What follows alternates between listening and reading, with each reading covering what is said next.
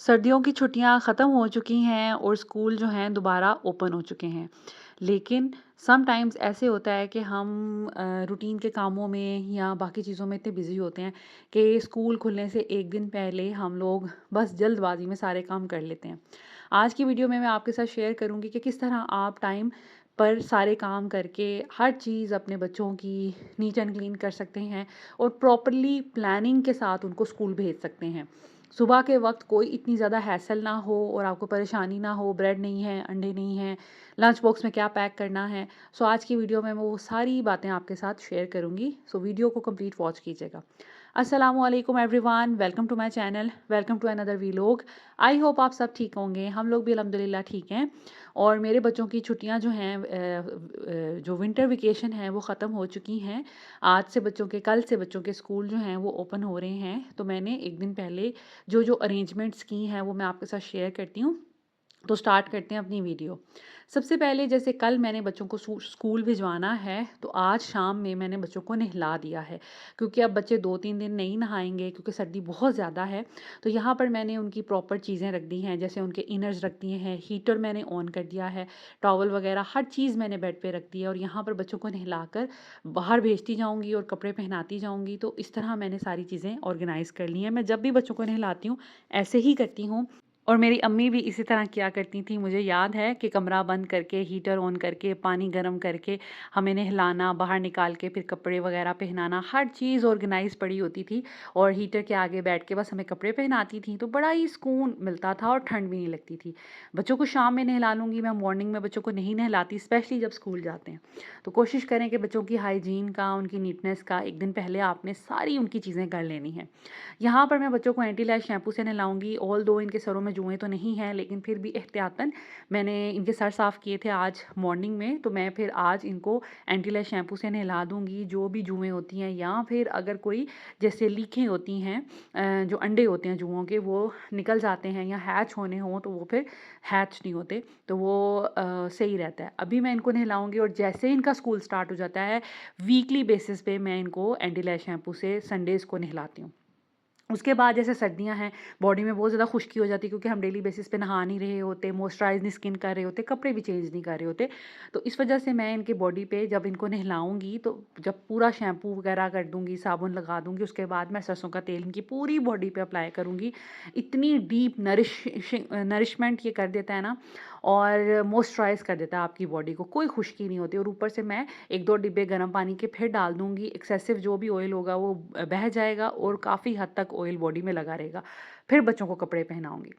मैंने बच्चों को नहला लिया था, अभी ज़ैनब को पहले नहलाया, फटाफट मैंने इसको तैयार करना शुरू किया। अच्छा, यहाँ पे बच्चों की हाइजीन का बहुत ख़्याल रखें, स्कूल बच्चों ने जाना है तो बच्चे नीट एंड क्लीन होने चाहिए, जिसमें उनके कान अच्छे से साफ़ होने चाहिए, उनके नाखून कटे हुए होने चाहिए, बालों में जुएँ नहीं होनी चाहिए ताकि उनको भी प्रॉब्लम ना हो और टीचर और बाकी स्टूडेंट्स को भी प्रॉब्लम ना हो। इस चीज़ का आपने बहुत ज़्यादा ख़्याल रखना है। पाँव अच्छे से साफ़ करने हैं बच्चों के, ऑल्दो बच्चे सॉक्स वगैरह पहन रहे होते हैं, लेकिन पाँव अच्छे से इनकी सफाई कर दें ताकि पाँव नीट एंड क्लीन हो जाएँ। पाँव के नाखूनों में कोई मैल कुचैल है या फिर बड़े हुए हैं तो वो भी काट दें, क्योंकि आगे जाके इन्होंने डेली बेसिस पे शूज़ पहनने हैं और सॉक्स पहननी हैं, तो फिर उनको डिस्कम्फर्ट फ़ील ना हो। पूरी बॉडी पे मैंने सरसों का तेल लगा दिया था, लेकिन हाथ, पाँव और फेस पे मैंने इनके मॉइस्चराइज़र लगाया है। कोई भी लोशन आप लगा सकते हैं और बच्चे नीट एंड क्लीन हो जाएँगे। उसके बाद कोशिश ये करें कि जैसे ही स्कूल बच्चों के ओपन होने लगें तो 1-2 दिन पहले कोशिश करें कि बच्चों के स्कूल बैग्स जो हैं ना वो वॉश कर दें। मैंने 2 दिन पहले बच्चों के स्कूल बैग्स वॉश करवा लिए थे।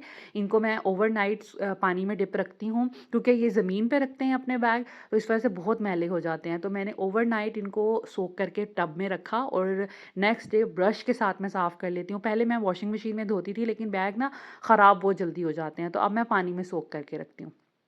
उसके बाद कोशिश करें कि रीस्टॉक कर लें स्टेशनरी। मैं तो इकट्ठी बच्चों की स्टेशनरी ले आती हूँ क्योंकि हमारे यहाँ पे कॉन्सेप्ट नहीं है मैं बच्चों को भेजूँ या बार-बार कोई एक चीज़ लेने भेजूँ, तो मैं पेंसिल्स कोई भी अच्छे ब्रांड की मैं पूरा एक पैक ले लेती हूँ और मेरे बड़े अच्छे दिन गुज़र जाते हैं, क्योंकि बच्चे रोज़ स्टेशनरी घुमा के लाए होते हैं। इसमें मैं आपकी कोई हेल्प नहीं कर सकती क्योंकि मैं इसमें हेल्पलेस हूँ। मैं बहुत परेशान हूँ बच्चों की स्टेशनरी की वजह से। कुछ मेरी भी बॉल पेन्स और पॉइंटर्स वगैरह जो कि मैं अपना यूट्यूब का काम करती हूँ, मुझे समटाइम्स कोई कंटेंट के बारे में लिखना होता है, कोई पॉइंट्स लिखने होते हैं। इसके अलावा डेली बेसिस में ग्रॉसरीज़ लिखनी होती हैं, इस तरह की चीज़ें लिखनी होती हैं। इसके अलावा ये कि बच्चों को पढ़ाना होता है, तो चेक करना, डॉट्स लगा के देना, इस तरह की चीज़ें करने में मुझे पॉइंटर्स वगैरह की ज़रूरत होती है। तो यहाँ पे मेरे सारे ख़त्म हुए थे, मैंने सोचा वो ले लूँ। इसके अलावा पेंसिल्स तो मेरी ख़त्म हुई हुई थी, लेकिन मैंने सोचा कि कुछ इरेज़र्स और शार्पनर्स भी ले लूँ, तो मैंने ले लिए हैं। वैसे घर में पड़े हुए हैं, एहतियातन मैंने ले लिए हैं कि अगर ना मुझे कोई मिले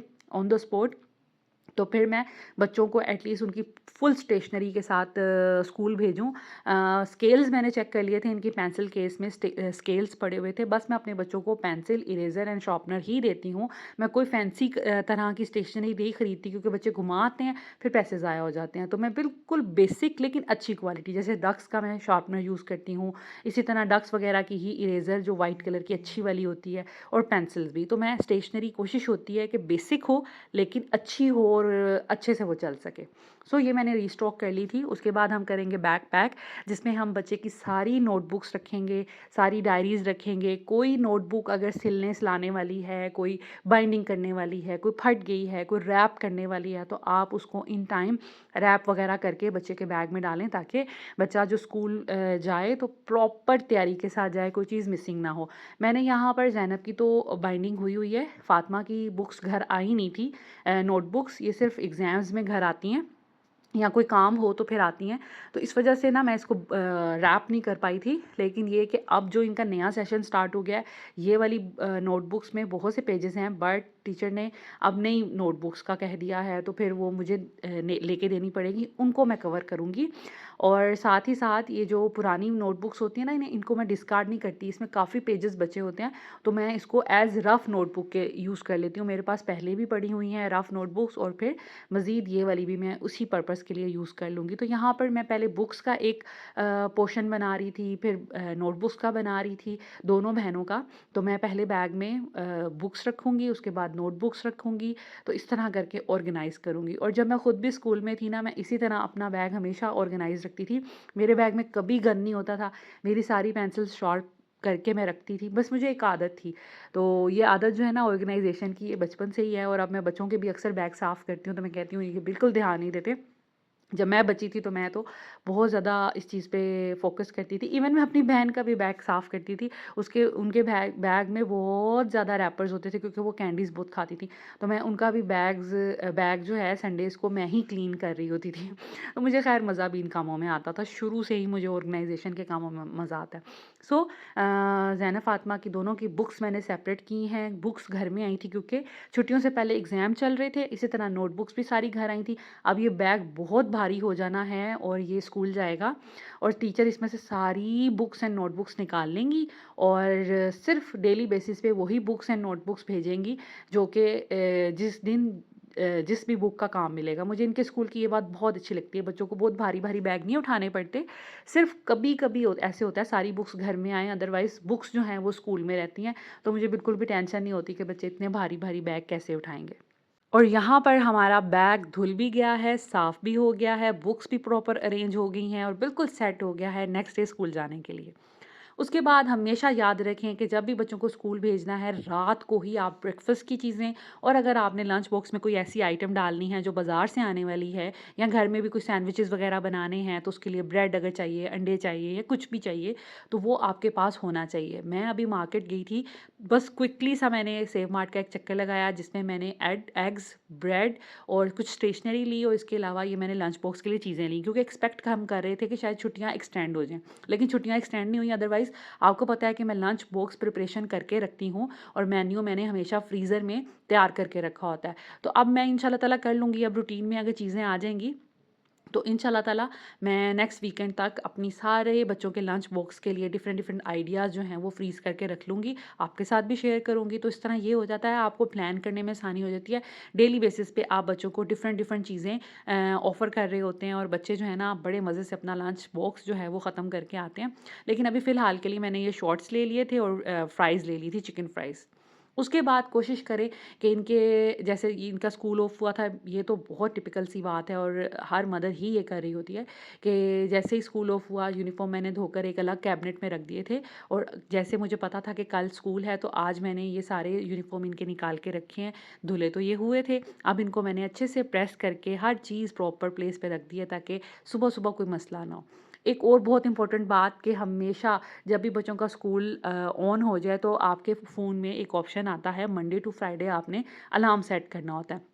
एक दफ़ा आप ये अलार्म सेट कर दें तो मंडे टू फ्राइडे आपका अलार्म बजता है और सैटरडे संडे को वो नहीं ऑन होता।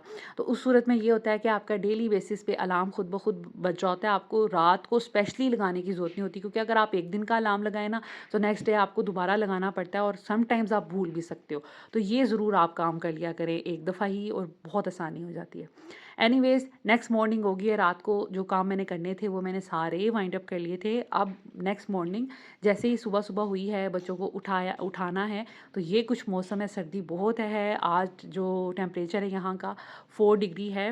मैं कहती हूँ कि दिसंबर में छुट्टियाँ नहीं होनी चाहिए, जनवरी के मिड में छुट्टियाँ होनी चाहिए। एनीवेज़ यहाँ पर मैं बच्चों की स्किन केयर करूँगी। जैसे मैंने बच्चों की हाइजीन के बारे में बात की, बच्चों को नहलाना, धुलाना, नाखून साफ़ करना, कान साफ़ करना, वो तो एक हफ्ते में 1 दफ़ा आप करते हैं, लेकिन डेली जो स्किन केयर होती है ना उसके लिए बहुत ज़्यादा ज़रूरी है। हमेशा बच्चों को बाल बंद करके स्कूल भेजें। मैंने कभी भी खुद भी स्टूडेंट लाइफ़ में बाल खोल के स्कूल नहीं गई और अपने बच्चों को भी कभी बाल खोल के एज़ सच मैंने स्कूल नहीं भेजा। स्पेशली फ्रंट से कोई छोटी-मोटी आप पोनियाँ बना दिया करें ताकि बच्चों के आगे बाल ना आएँ। दूसरा, बच्चों को आप अच्छे से उनकी स्किन को मॉइस्चराइज़ करें, लोशन लगाएँ, उनके लिप पे लिप बाल्म लगाएँ, सनब्लॉक भी लगा सकते हैं। इसके अलावा परफ्यूम लाज़मी लगाएँ। परफ्यूम में स्प्रे आ सकता है, कोई भी क्लोन आ सकता है या फिर कोई भी आप बच्चों से रिलेटेड कोई बॉडी स्प्रे भी लगा सकते हैं, वो बहुत ज़्यादा ज़रूरी है। क्योंकि डीप क्लीनिंग के साथ-साथ आपके बच्चे से खुशबू आना भी बहुत ज़रूरी है और उसकी स्किन हेल्दी रहना भी बहुत ज़रूरी है।